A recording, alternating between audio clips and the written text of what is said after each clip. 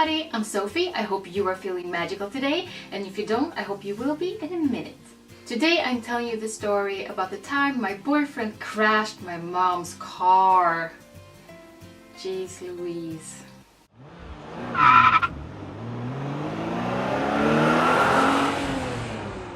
So my boyfriend at the time was kind of a sneaky bad boy. Like, he didn't look like a bad boy. He had some kind of like small tribal tattoos, but that was really popular at the time, so it wasn't anything strange with that. He didn't dress like a bad boy, however that is. And he just came across as, kind of a cool kid, like a cool guy. And when he was with me, he was like a puppy dog. He was so sweet and like just soft and like sensitive. But yeah, he was a real sneaker, all right. He did some very bad stuff, and I think I probably don't even know half of what he actually did, and probably I don't even really want to know what he did. But some things I found out later when the relationship was over, and some things I couldn't avoid but to notice at the time. But he did everything to blame others and never taking the responsibility himself. Every mother's dream. He was a few years older than I was. He had a driver's license, I did not. And my dad had one car for work and my mom had one car. I can't remember why, but he asked me at some point if he could borrow a car. And well, there's nothing suspicious about that, I guess. So I asked my mom. She was very reluctant. She was like, ugh. So I had to nag her quite a bit before she finally let us use the car. It wasn't a new car or anything. It was a small red car. I think it was a Suzuki. Yeah, I think it was a Suzuki car, Japanese car. Small red. It wasn't new. I think they bought it used, and we'd had it for many years. But still, it was her car, and yeah, she was right in being reluctant. As it turned out, he kind of sucked at driving. So he borrowed the car. He didn't tell me why, and he didn't ask me to come along with him. So he just took the car and went on his way. And probably, nowadays I would have at least asked him, but that didn't cross my mind. I was just like, bye bye love, hearts in my eyes. So I was just like, bye, have a nice time, whatever. And he was gone the whole day. This was a school day, so I was in school, nothing weird. He didn't have a job, kind of strange, but I didn't ask him why. I was very young at the time and not so bright. I was just happy to have a boyfriend. I was like, la la la la la la la la. So he took the car, took off, and didn't tell me when he would be back, nothing like that. So yeah, and I didn't hear from him at all that day or that night, which was kind of strange because we kept in close contact, always talking on the phone or meeting up. So the next day, I was starting to get a bit worried. I had this like knot in my stomach and just feeling like something has happened. And my brain, it always goes to the worst case scenario. So I'm always like picturing, like a car crash and death and blah. I started to call him and he didn't pick up, he didn't answer. I called him, it was another school day, so I couldn't call him too many times. But when I finished school, he was outside my school in the car. And I was just like happy that he was alive. But I was still scared, like what the frick happened? Like, can you please talk to me? And he had this thing that whenever he had done something bad or naughty, his energy would be so low. And it's kind of embarrassing. It's like he was like a kid, like he was looking down on the ground and he couldn't look me in the eyes, just being all like squirmy. And I'm like, he was older than I was. So I'm just like, hello, like please talk to me, what's going on? And when we met up, he was a bit away from the car already. So, and it was like he didn't want me to come close to the car. He like stopped me. And he was like, yeah, something happened. Something happened.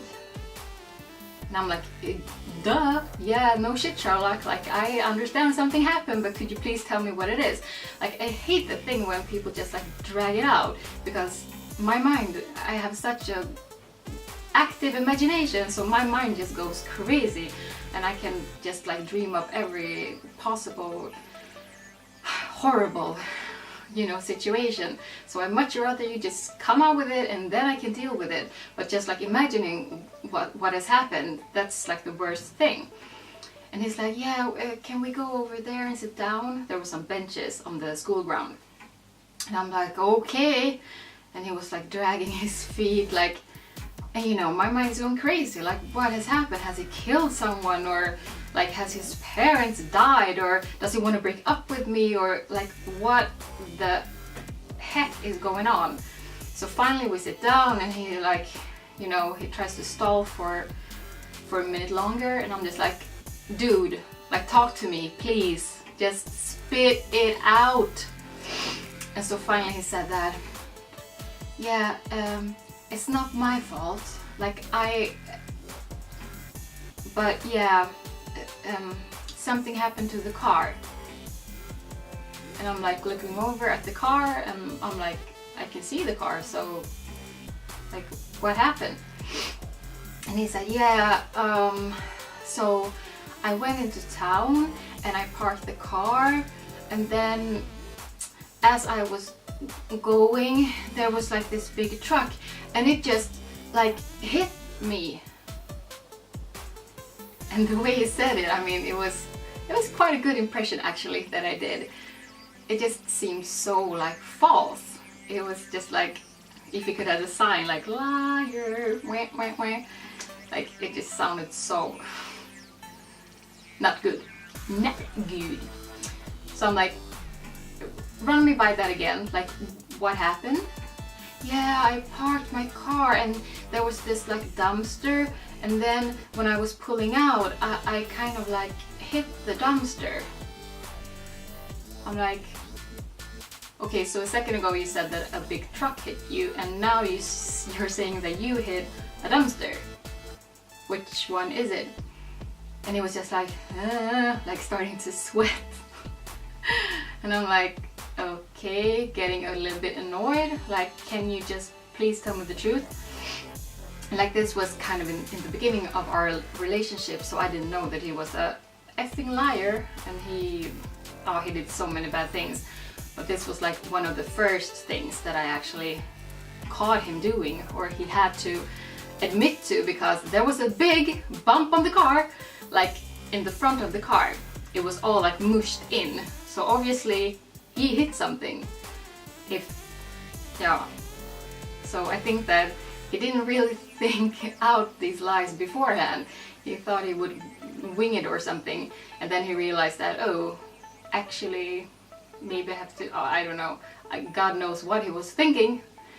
Obviously not very much or clearly. So yeah, I don't exactly know what actually happened. Maybe he was drunk and driving, or maybe he like lent the car to a friend and they did something. I have no idea.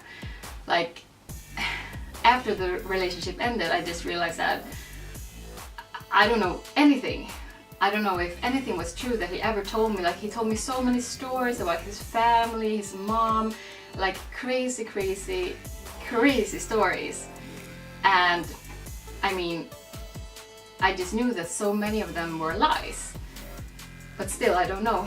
Maybe some were true, maybe some exaggerated, or I mean, I'm still finding it hard, you know, the fact that people lie so much. I don't know if I've been unlucky and just like, or having some special energy that like draws in these kinds of people, but I've been lied to so much. And I don't even know how much, because most of the time I guess the lies aren't exposed.